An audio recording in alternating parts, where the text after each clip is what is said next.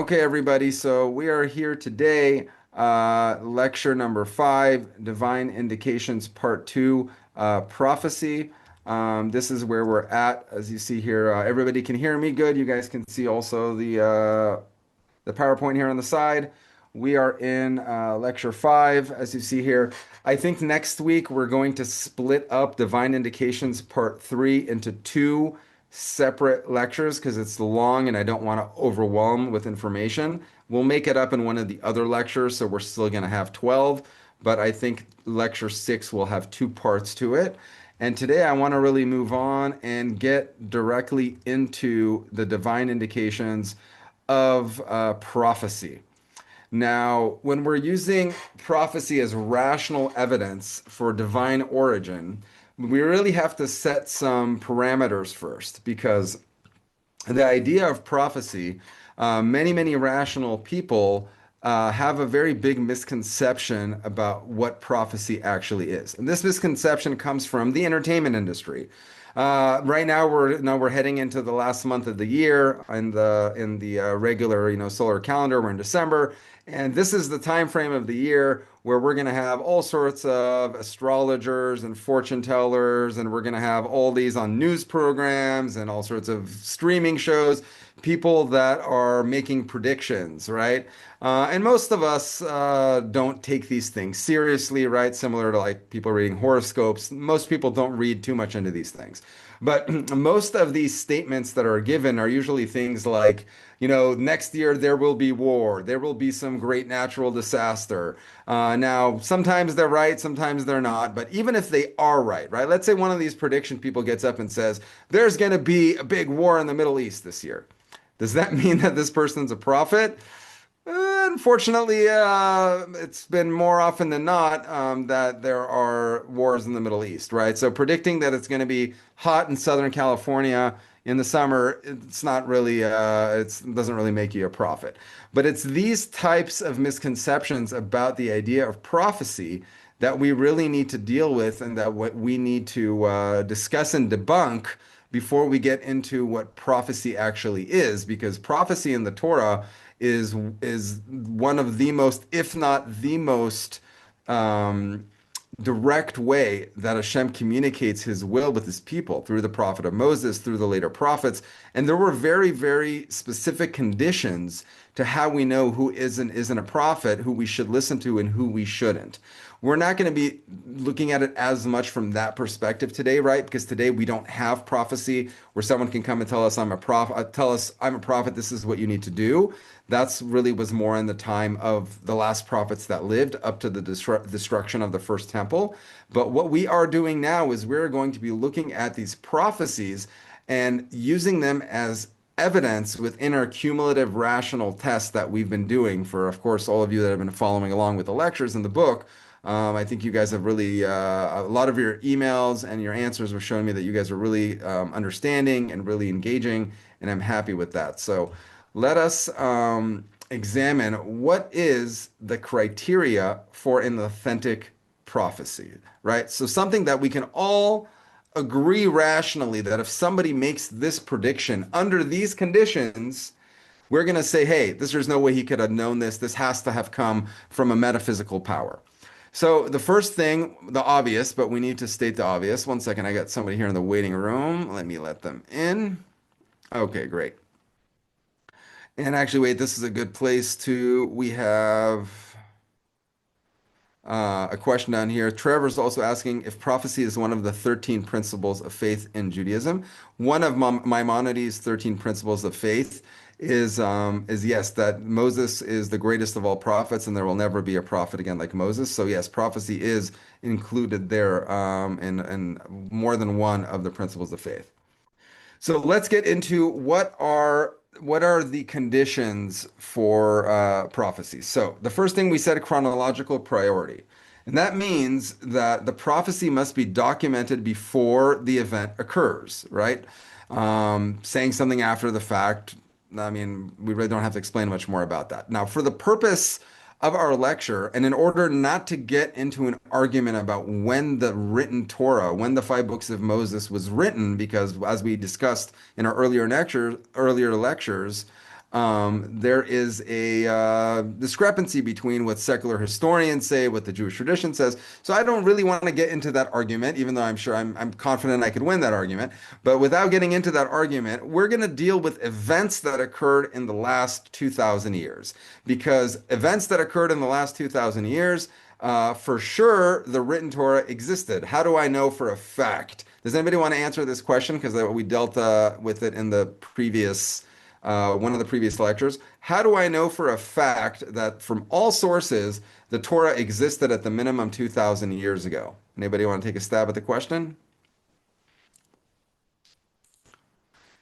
All right. So the reason is because 2,300 years ago, approximately, the Torah was translated into Greek, right? And it was already in the possessions and widely disseminated. So if it's translated, that means it had to have existed, right? So nobody in their right mind is going to tell us that the written Torah didn't exist at minimum 2,000 years ago. So I'm dealing with things that occurred only in the last 2,000 years, and that's how we can skip a few lectures and focus really just on this evidence. The second is specific and irrational. The prediction must be specific and unforeseeable through logic or historical patterns, and it cannot be inferred from precedent or probability, right? So, for example, if somebody would come and say, America is going to be destroyed, and doesn't give us, it says within the next 5 years or 10 years or 15 years, America will be destroyed. Now, it sounds at first glance, someone might say, hey, wait, that's pretty specific. And if it, God forbid, happened, like maybe this person knew something. How did they know? But the truth is that if we look through history, it's almost a given that every type of large, powerful empire at some point in time in history has met its destruction, right? From going back to the Babylonian Empire, to the Assyrian Empire, to the Greeks, to the Romans, right? There's been many, many empires that have been extremely powerful, and many of them have met their demise, even with the fall of the Soviet Union not so long ago. So saying something, you can actually indicate things or predict things from previous historical models. So when I say something that's logical or something that I can infer from things that have happened in the past, that's not necessarily a prophecy. So we are looking for predictions in the Torah that preceded in the last 2,000 years that are specific, but also irrational. Rather, you have to say something that is not likely to happen, that most people, when you said it, are going to say, you're crazy. How's that ever going to happen? Right? So that's the second thing. Our third in our cumulative test, you see, lawyers, we really like cumulative tests. I think it's something about law school. We're always doing these tests, and every branch of law has them. So it's part of that has kind of leaked over into my lecturing and into my book also. But the idea of building something logically and cumulative. So we have the first two, we said the chronology, specific and irrational. And now the third condition is supernatural control. The prophecy must demonstrate control over nature, history, or human actions, outcomes beyond human manipulation, right? Something that, now if we want to make it even more for this prediction to be more of a wow factor, the more you can show control over history and nature by saying something that's going to happen, that's irrational, that's improbable, that makes it all that much more impressive. And then the biggest snare for fake predictions is the fourth item, which is a clear translation. Meaning the meaning of this text that we are deciphering, it has to be indisputable and clearly understood without decoding, without interpretation. And this is, for example, I want us to look at one of Nostradamus, the so-called prophet. I want us to look at one of his predictions, and I'll explain why, according to this cumulative test, you can't consider him a prophet simply from the fact that the things that he wrote were so cryptic and open to interpretation. And we're going to look at two scholars on the same prophecy and what conclusions they came to. So I don't want to spend too much time on Nostradamus, but anybody who doesn't know who Nostradamus is, you can Google him.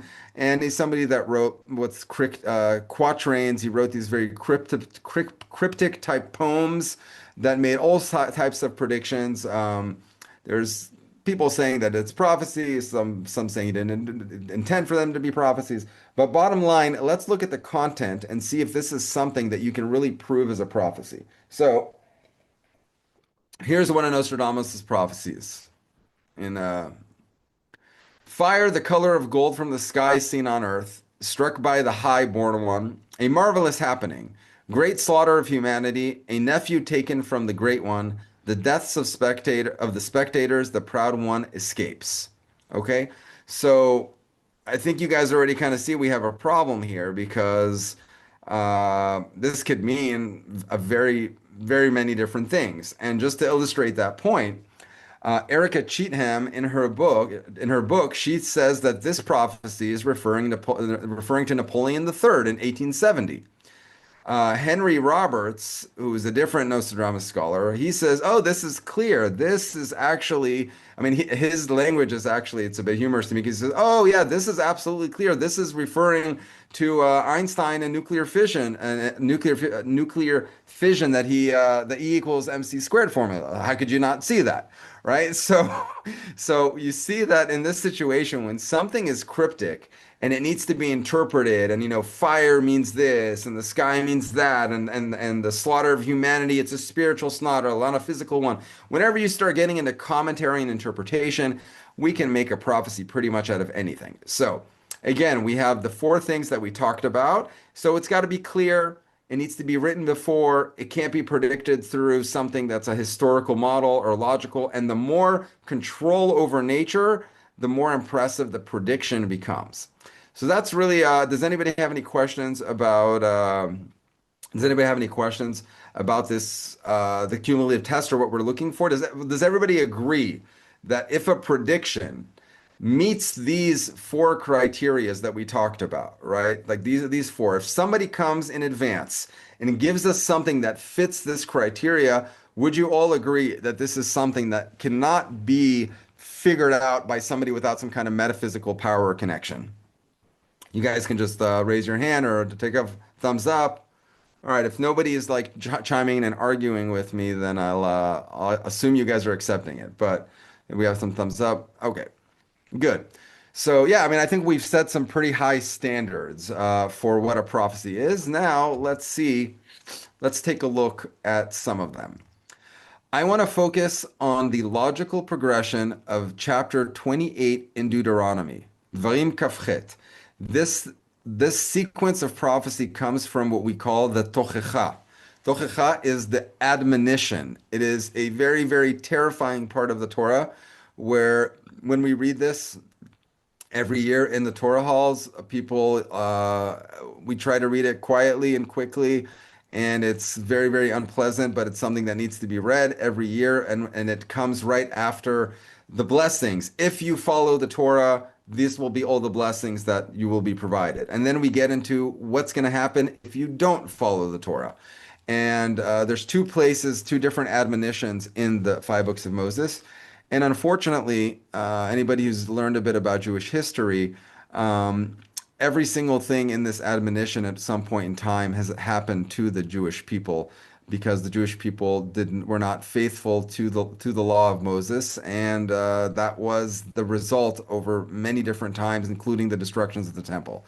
So we're not going to get into reading the whole admonition, but I'm going to focus on the exile prophecies and what's going to happen to the Jews in this exile. And again, I'm not copying and pasting here from all sorts of places because this is another thing. The Torah is a really big document, right? The Tanakh, the Nevi'im. If I start cutting and pasting places, words from here and a sentence from there, even without changing their meaning, I can kind of put together a prophecy out of anything. I've got enough things happening in the Tanakh that I could cut and paste the prophecy together. That's not what I'm doing. I'm moving in the logical progression of what Hashem says in the Torah through Moses is going to happen to the Jewish people if they do not keep the covenant.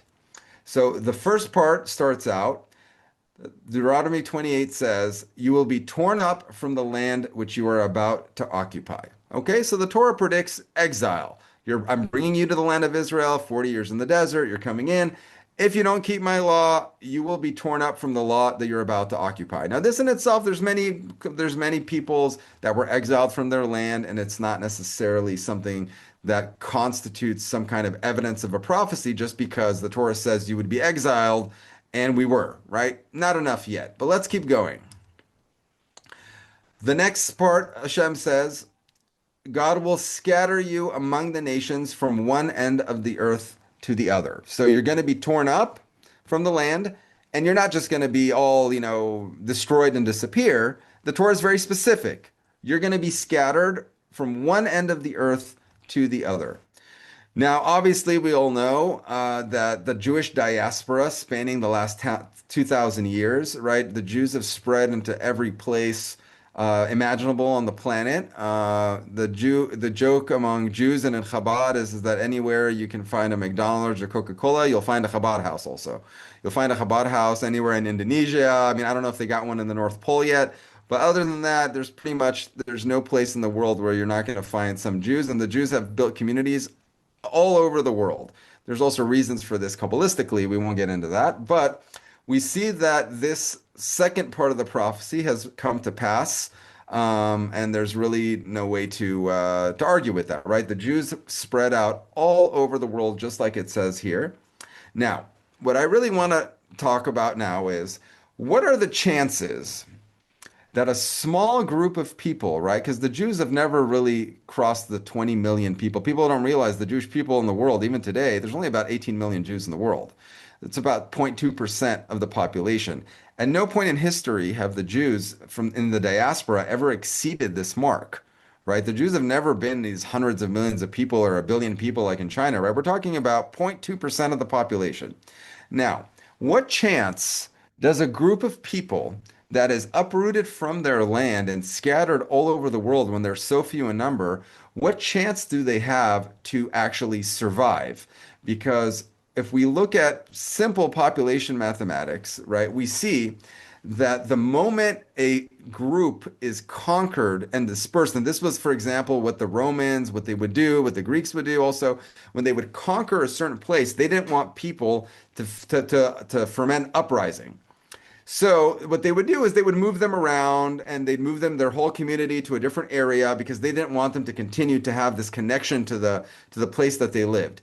And once these groups, and even the Roman Empire itself, once these groups were conquered and dispersed, it only took a short amount of time until these people assimilated into the other cultures of where they lived, right? Somebody eventually, I mean, you see this even somebody that comes from an Asian background, they come to the United States and their parents might have come from, let's say, Vietnam.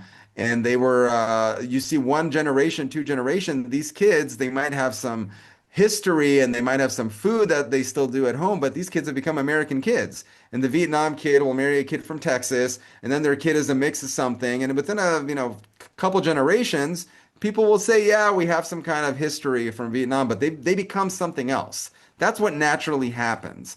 Now, we see from history that we have many, many lost civilizations that were far greater in number than what the Jews were when they were dispersed, right? We have the ancient Babylonians, the ancient Egyptians, right? Today's the Arabs that live today in Egypt are not they might call themselves Egyptians because they live in Egypt geographically, but these are not the Egyptians that the Torah is talking about. This is a completely different culture that lived there many, many, many years ago. So the ancient Egyptians, the Babylonians, Persians, Assyrians, right? These are nations that were very large in number, but when conquered and dispersed, they completely disappeared. We see pictures of them in museums. You can read about them in books, but you don't have somebody walking around today saying, I am part of the original Babylonian Empire. However, one nation has defied this universal pattern, right? The Jewish people, despite conquest and global dispersion, maintain their ancient national identity, and this is something that has puzzled historians for centuries. How can it be that this small group of people gets conquered, gets dispersed, they're all over the world, they're a small group of people, and they're still here? They're still here and they're doing the same things that their ancestors did thousands of years ago. It's the same tefillin, the same tzitzit, the same prayers, the same kosher laws, the same thing. How can this be?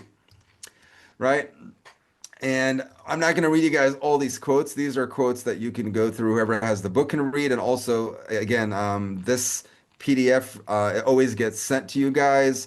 It's either available on the website. I saw that it's been added from the last lecture. You can download it from the portal, or Rabbi Peretz sends it to you. So you don't got to worry about it. If you don't have the book, you'll have these quotes also from the PDF. But we see that historians have grappled with this issue, right? Arnold Toynbee in his work, in the study of history, it's a monumental work. He examines all these different um, ancient civilizations, and his bottom line at the end is that the survival of the Jewish people is one of history's great mysteries. Mark Twain wrote in 1899, "The Egyptian, the Babylonian, the Persian rose, filled the planet with sound and splendor, then faded to dream stuff and passed away. The Greek and the Roman followed.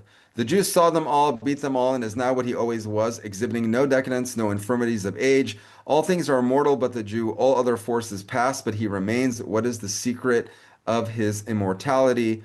And we see the same type of language from Professor Berdayev, that the Jews don't fit the criteria of the materialistic interpretation of history. Now, why am I focusing on these voices of astonishment? Because we said, remember, our cumulative test, we need it to be something that is irrational, that is unforeseen. And even today, when you see it, there's no mathematical and logical explanation to say how is this possible that this group has survived intact when they're so few in number and they've been expanded everywhere and they've been dispersed everywhere, right?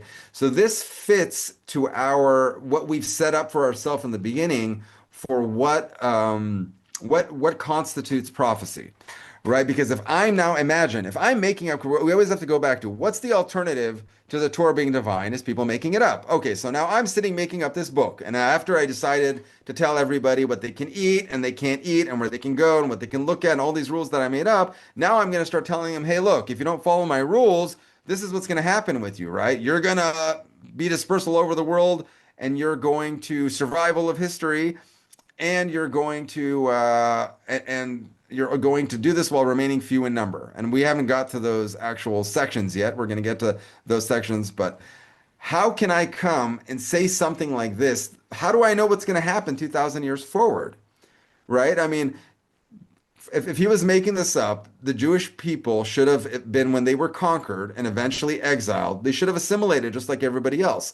How does this specific liar that's making things up know that this specific group is going to be exiled and they're going to be the ones that stick around? And this is really very specific. I want us to read it together here. Prophecy of immortality of the Jewish people. This is, again, not something that's open to interpretation. We're not decoding it. We're not using commentators. This is Leviticus 26:44 states specifically, this is the first part. Remember, we talked about there's two places where there's an admonition. So the admonition in Leviticus says, "Thus, even when they are in their enemy's land, I will not grow so disgusted with them, no, so tired of them, that I would destroy them completely and break my covenant with them, since I am the Lord their God." We also have in other prophets, there's many, many other sites talking about the immortality of the Jewish people. "For I am the Lord, I do not change, therefore you sons of Jacob are not consumed." So we have the Torah saying this is a people that are going to continue. You're going to be dispersed. You're going to be scattered all over the world, yet you're going to remain. Now, on top of this, I want to add, because we talked about control of human history.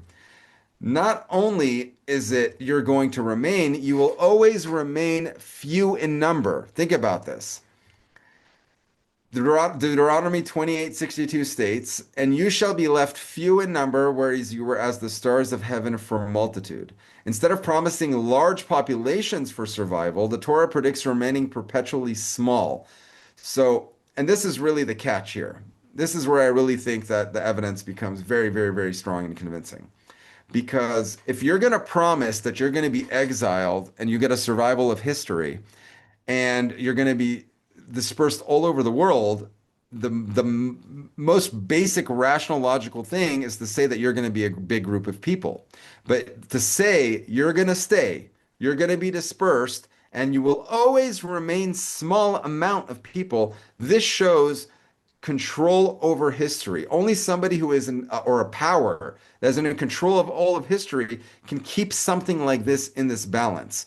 For example, the Chinese have been landlocked and have been in the same territory for many thousands of years, right? The Chinese are very, very old people that have very old cultures, and they've been in the same geographical area for thousands of years.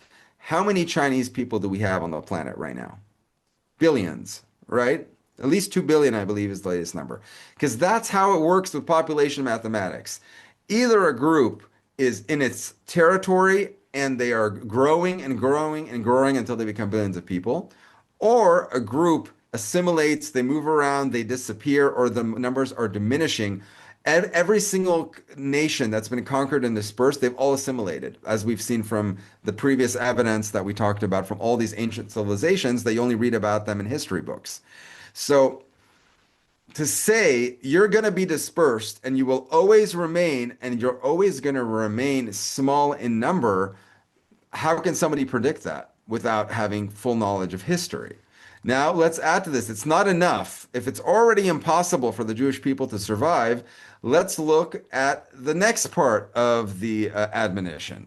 The next part of the admonition, Deuteronomy, again, right? I'm going in Deuteronomy, the logical progression of Deuteronomy 28. The conditions of exile. Among those nations, you will feel insecure, and there will be no place for your foot to rest. There, God will make you cowardly, destroying your outlook and making life hopeless. Your life will hang in suspense. Now, the concept of the wandering Jew, right? There will be no place for your foot to rest. Anybody that looks at a map of Europe and to see how many places the Jews have been expelled from the Inquisition and the Spanish Inquisition, England, Italy, Russia, Germany, Hungary, numerous other nations. If you've ever seen the movie, if you haven't seen the movie Fiddler on the Roof, it gives you a really great insight into how they lived in these places in Russia and how the Tsar would just come along and say, okay, you guys got to leave now, right? And they build a home in a community and then they send them from one place to the other in pogroms. So unfortunately, Jewish history is littered with the unfortunate this prediction coming to fruition in very, very great detail, unfortunately. And you see the statistics here about, most of the Jews throughout history, how long they've lived in the places that they've lived. So the Torah is now telling us you're not going to have a place for your foot to rest. You're not going to be able to build places that are set. You're going to go from place to place to place, the wandering Jew. And then on top of that, if this wasn't enough, because it's already so easy for us to survive history, let's get to the next section in Deuteronomy. You will be an object of horror, an abject lesson, and a byword among all the nations where God will lead you. So here we have in ancient terms very clearly spelled out the anti-Semitism, which is completely irrational, but it is part of the history of the Jews and the history of the nations. It's an undeniable part of it. And the Torah says, this is what's going to happen. You're going to be dispersed. You're going to be all over the world. You're going to remain few in number. You're going to wander from place to place, and you will be an object of horror, an abject lesson, and a byword among all the nations where God will lead you. So Lloyd George wrote in 1923, of all the extreme fanaticism that plays havoc in man's nature, there is not one as irrational as anti-Semitism. If the Jews are rich, they are victims of theft. If they are poor, they are victims of ridicule. If they take sides in a war, it is because they wish to take advantage from the spilling of non-Jewish blood. If they espouse peace, it is because they are scared by their natures or traitors. In my book, I bring a lot of other examples, other historians that discuss this issue. But I want to now sum all this up. Actually, before I sum this up, I want to discuss the word byword. What does a byword among the nations mean? The word in Hebrew is sheninah. Now, byword is a translation for lack of a better term because there is no translation for the word sheninah in English. But sheninah literally means to review, to constantly talk about, to constantly be in the spotlight and talked about and regurgitated over and over again. That's what is a byword among all the nations. And the only thing, the Torah continues there and says, the only good thing when you're in this exile that there will be consensus about is they will say, And only they will say this is an intelligent nation. So from all the things that Jews have been called throughout history, oh, you use the children's blood to make matzos, all the different blood libels, all the different lies and things that have been told about Jews. At no point in history has anybody ever come and said the Jews are stupid, right? I don't know anybody who's made that argument. There's been a lot of things said about Jews. They control the media. They do this, all these, different. We've got a lot of new anti-Semites coming up now, like, this Nick Fuentes guy or whatever his name is exactly. We've got a lot of new young ones that are coming up with very old arguments now. But at no point in time have I ever heard anybody say these Jews are just a bunch of stupid people. And the Torah predicts this as well and says the only thing that will be a consensus that this is an intelligent nation. So we can see this demonstrated in this graph about the unproportional amount of Nobel Peace Prizes that the Jews have received compared to to their amount in the population. Remember, 0.2% of the population, but however, receiving 22% of Nobel Peace Prizes. So I want to sum up this entire sequence that Deuteronomy 28 gives forth for the Jewish people. This prediction thousands of years ago, what's going to happen to you in exile.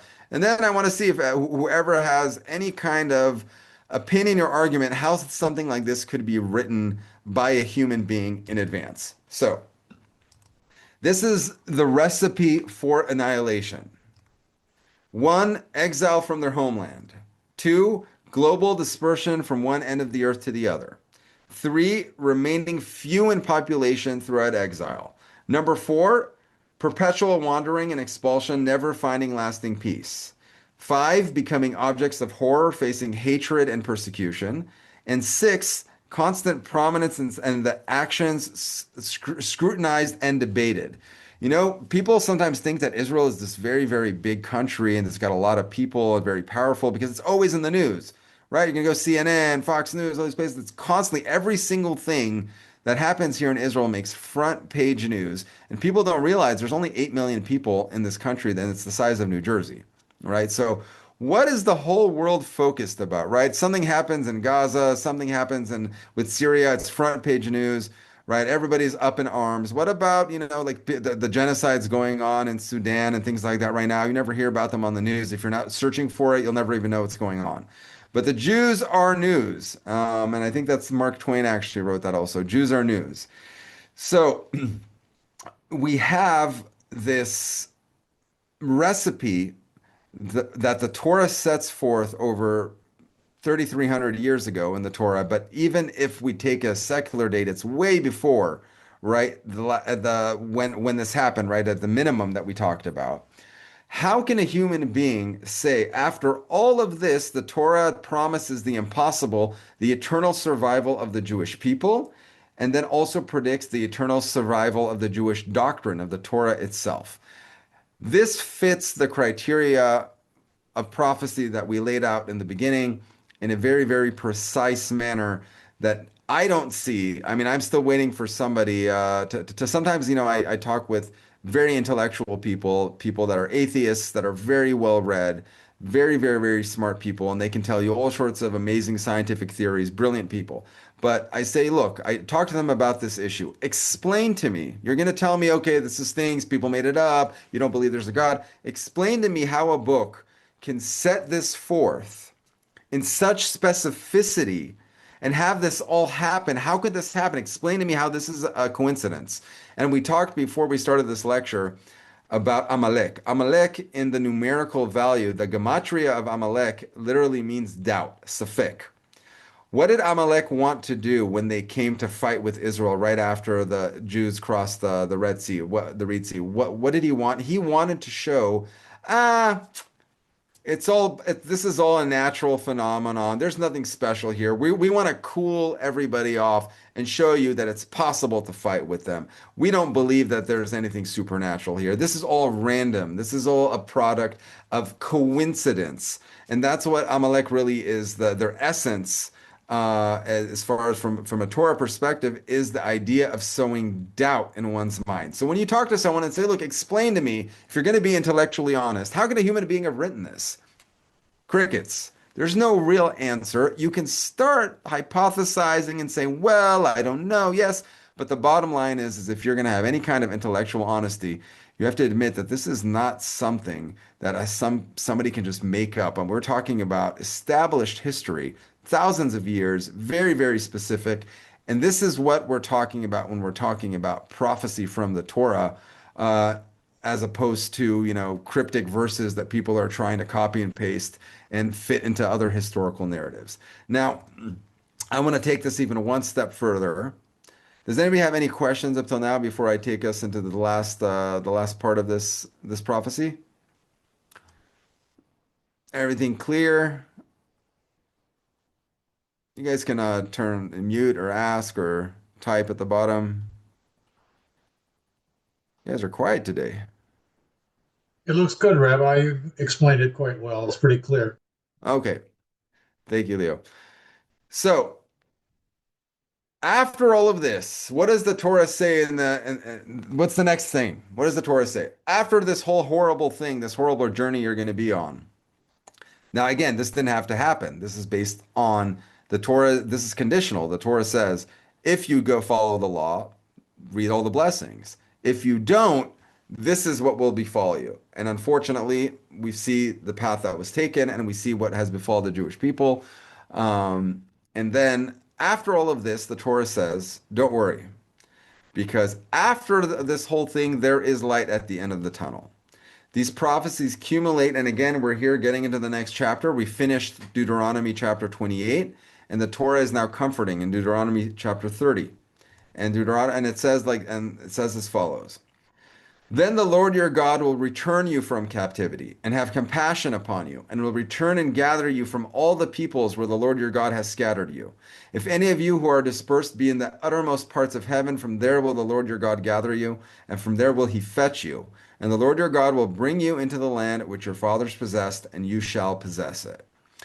With the establishment of the state of Israel in 1948 and Jewish people returning to the land of Israel after a 2,000-year diaspora, it's still in process. Not saying that this is the complete redemption yet, but the beginnings of the redemption when the first Jews in the late 1800s started to come back to Israel, culminating in the establishment of a state in 1948, and then we see millions of Jews making aliyah. I myself made aliyah to Israel this year. Was living in California still. I had my legal practice there.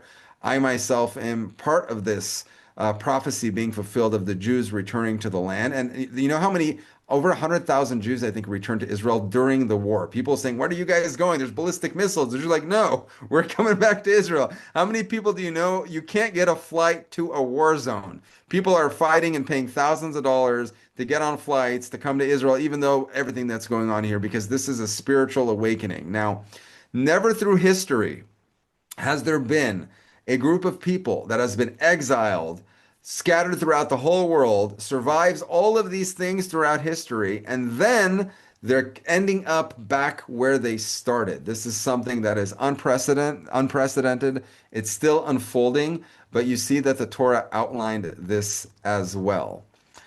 So there's one more component to this that's very important since we're talking about dispersion and exile. There's also the prophecy of the land itself and the historical anomaly of what will happen to the land itself while the Jews are out in expulsion. So I would ask you first, the Israel and Jerusalem specifically is a holy place, and there's lots of other holy areas to the Christians, to the Muslims in this land. For 2,000 years, the Jews were in exile. Why didn't it not happen from all the different empires that were here during this time that conquered Jerusalem, that were here? Why didn't any of these empires build some big metropolis here? Why isn't there some big Arab city in Muslim city in Jerusalem where the Dome of the Rock is, where there should be some, big metropolis there that they built as like because it's very important to their religion also. Why didn't the Christians build some huge city like similar to the Vatican here in the country of Israel? Why didn't they do that during this whole time frame? I mean, they had the ability. They all had control of the land at different time frames. other ethnic groups, right? Why did nobody really get a stronghold or develop anything here during this time? And Professor William Dawson writes this in 1888. He writes, until today, no people has succeeded in establishing national dominion in the land of Israel. It seems indeed that they await the return of the permanent residents of the land. And Leviticus states in chapter 26, the Torah prophesizes, and this is again, this is part of the first admonition. These two admonitions go together. I will make the land desolate, and your foes who dwell upon it will be desolate. Now, when we start looking at the history of the land, about how the land itself, from produce, from people who lived here, from communities, prior to the Jews being expelled by the Romans from the destruction of the Second Temple, throughout history, how it looked and how it's returned now, we see a very, very surprising trend, which the Torah also outlined. Josephus, he establishes a very strong historical source we have from this Roman time period. He describes in great detail during this time of the Second Temple that the whole area is excellent for crops, for pasture. Smallest villages have more than 15,000 inhabitants. He describes a land flowing of milk and honey if you go through and you read some of these things that Josephus wrote. During the exile, we have lots of different eyewitness testimonies. I don't want to read all of them to you because you guys can really go through them and read them in the book, but I'll just quote Mark Twain in 1867. He came here to Jerusalem. He wanted to see it for himself. And the full part I bring in the book, but I'll just read you guys this short part of it. He says, a desolation is here that not even imagination can grace with the pomp of life. Hardly a tree or shrub anywhere. Palestine sits in sackcloth and ashes. Over it broods the spell of a curse that has withered its fields. He goes on to talk about the road to Jerusalem, how dreary it was, how he would not want to live in this place, right? So we have this holy place that today the whole world is fighting over, right? The entire world is fighting over Jerusalem. But for thousands of years, it was just there, and nobody wanted to be there. Nobody wanted to live there. Nothing grew. If you read about the first settlers in the late 1800s, or the first Jews that came back here, everything was swamps. The first places that they started to build and settle on the land, the way that they brought the Yemenite Jews to help them and to drain these swamps, the place was a disaster. Nobody wanted to live here. Nothing was growing here. We see here that prior to the establishment of the state of Israel, when the Jews really started to work the land here again, and now, of course, with modern technology, and since the establishment of the state of Israel, Israel has become a first world nation with, agriculture production, growing 90% of the food requirements. So in general, and one more thing about this, I'm getting into commentary a bit here now. It's really not necessary for the prophecy, but this is a very interesting commentary because it links into the end of days. Rabbi Adlish, known as the Marsha, who was a 16th century Kabbalist and commentator, and he writes on this specific place from the Torah that we talked about the desolate land. He talks about, he writes as follows. As long as the nation of Israel is not on their land, the land does not yield produce as it should. When the land begins to bear fruit once more, it is a clear sign that redemption is near and that the children of Israel will return to their land. So this is the words of the Maharsha in the 16th century. Now, if you would have told Jews even 150 years ago that there would be 8 million Jews in a thriving Jewish country back in the world, this was their dream, right? The dream was to return to Israel.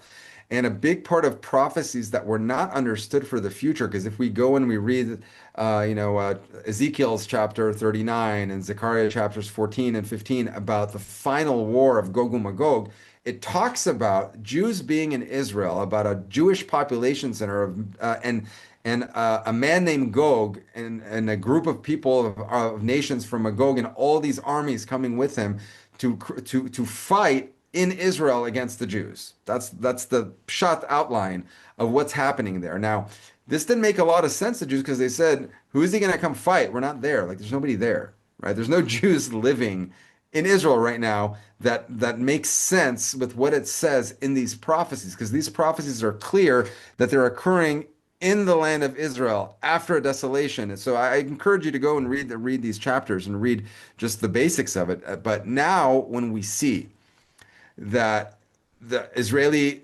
Arab conflict, right? We see what's happening with Iran. We see how Israel is this tiny nation and all the Jews are here, and the UN and the whole world, everybody's against Israel besides the United States, probably. Even European allies are very, very critical of Israel and all this nonsense about genocide in Gaza and all these lies spread in the UN, which is one of the biggest anti-Semitic groups that you can ever find. You know, Iran is head of the Human Rights Division at the United Nations. I mean, is there a body that is more useless and more hypocritical on the planet when you're going to let Iran, who does the most horrible things to its citizens and people it doesn't agree with, and they're in charge of the Human Rights Council? I mean, it's beyond hypocritical. But the point is that if you would have told Jews didn't understand how can this final redemption thing happen when we're not even there? Who is going to come fight there? Now we see that the reality is very, very different. We see that we are, the world's a boiling pot, and a big part of it is what's happening in Israel with Iran, with this Middle East conflict, and only Hashem knows how this is going to play out. But we know that in the end, it is going to be good. That is the bottom line. In the end, Hashem is going to redeem us. There's going to be the Messiah is going to come. How exactly it happens, I don't know. But this is really the idea of blind faith versus faith that is rooted in knowledge and logic. So where's the logic here? Because I've gone through all this, and now you have all gone through this with me, right? We see that what was written in the Torah is not something that some human being can make up. This is so specific, it's irrational, it shows control over human history. We see this whole thing unfolding. We see it before our very eyes that the land was desolate, the Jews come back, the land starts giving its produce. We see all these things happening, and it was all written in advance. So up to here is the knowledge portion. I am not just believing in some blind faith that this is all some book that somebody wrote and I believe it without any basis. Because I know that this is all true, I now have belief. I have faith that the rest of the things that the prophets wrote that are at this point unverifiable. I can't prove something that hasn't happened yet, right? That's the first thing. It needs to happen before. So I have complete faith that everything else that's written that is going to happen will happen. This is where the faith comes in. I can't prove that what it says in Zechariah and what it says in the other things about the end of days is going to happen because it hasn't happened yet. But I believe with my in Lev Shalem that the Messiah is going to come, that there's going to be this, that the final redemption will come. Why? Because everything else that they said happened was going to happen. So why would this part now not happen? That's really the distinction between knowledge and faith in Judaism. And that's why Maimonides, if you read it, 13 Principles of Faith, it's built on the Jews have the faith of that the Messiah will come, that there's going to be Tchiyat HaMetim, there's going to be the resurrection of the dead. Now, these are things that are sometimes hard to grasp, the resurrection of the dead. I've never seen a dead person rise from the grave. How can I believe in something like that? But when I've been given so much evidence that no human being could have done this, written this, promised this, and it all happened, that's where the faith aspect comes in. That is what faith is in Judaism, not a blind, let me just believe in a story somebody told me. It's a belief rooted in knowledge.